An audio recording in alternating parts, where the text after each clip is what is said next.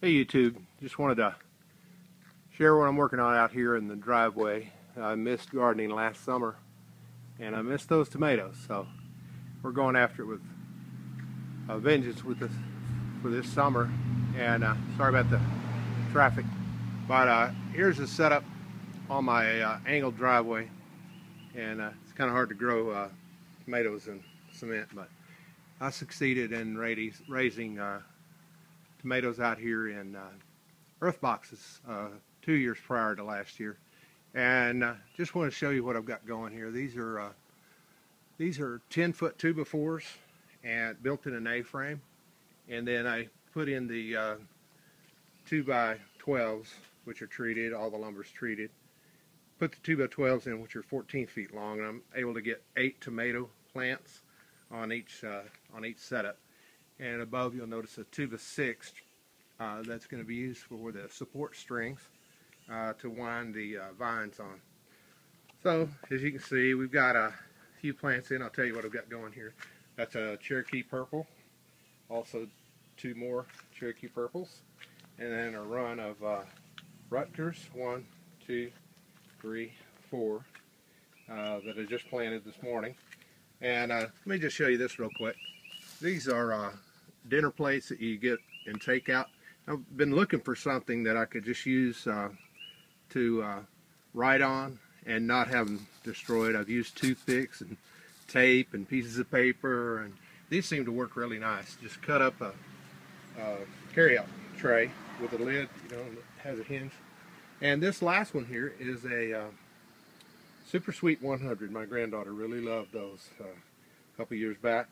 And this little fella you may recognize is a reservoir, 27-gallon, comes from Lowe's, and it's filled with about 25 gallons of nutrients right now. And over here, just to the left, there's a couple of the earth boxes that are homemade from last year. Believe it or not, it's got asparagus in it, planted from seed.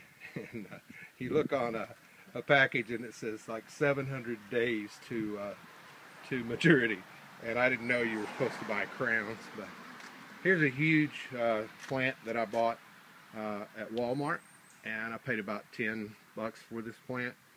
And the reason I bought it was for the suckers, actually.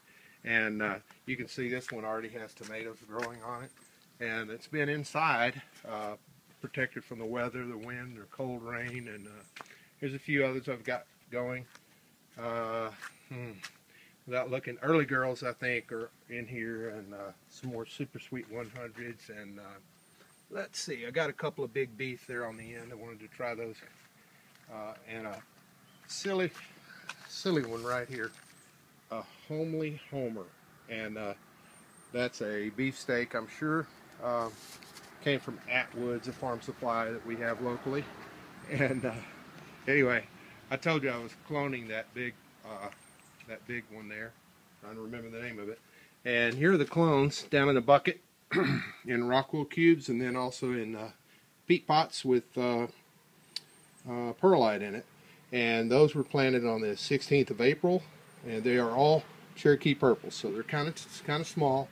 And we'll be putting those out if they make it, and they look like they will. And then a couple more Rutgers. These were amazing.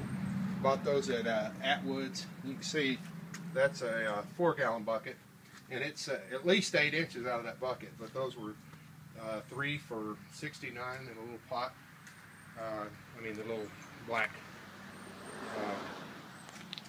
things, whatever you get them in. And as you can see here, I've got going my next round of buckets. There's 1, 2, 3, 4, 5, 6, 7. I need 1 more of those. These are the frosting buckets you can pick up at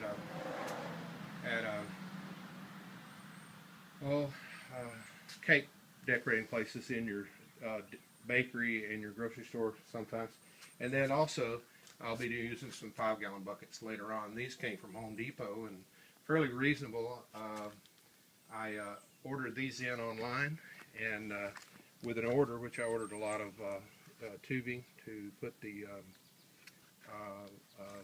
nutrient supply with the pump in the reservoir.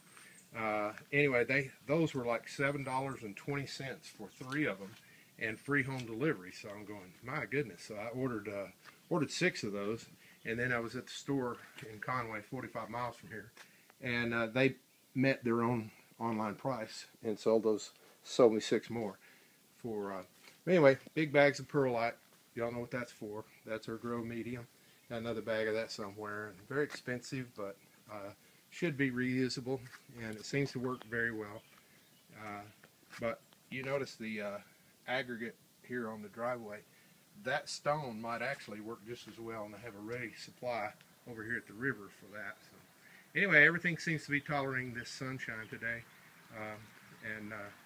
Anyway, that's my setup, and in the middle you may notice a bird feeder, and I want to attract some birds in here. We have tufted titmice.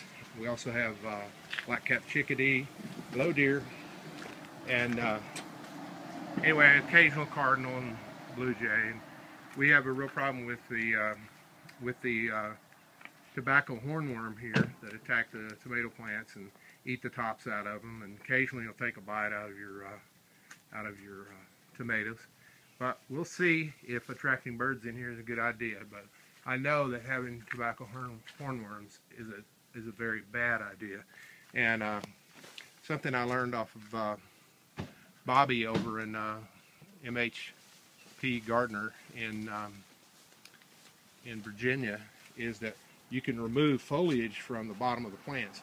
And I think that might help. I found these hornworms rolled up inside of leaves down low on the plants, like the insect or the moth that plants the egg.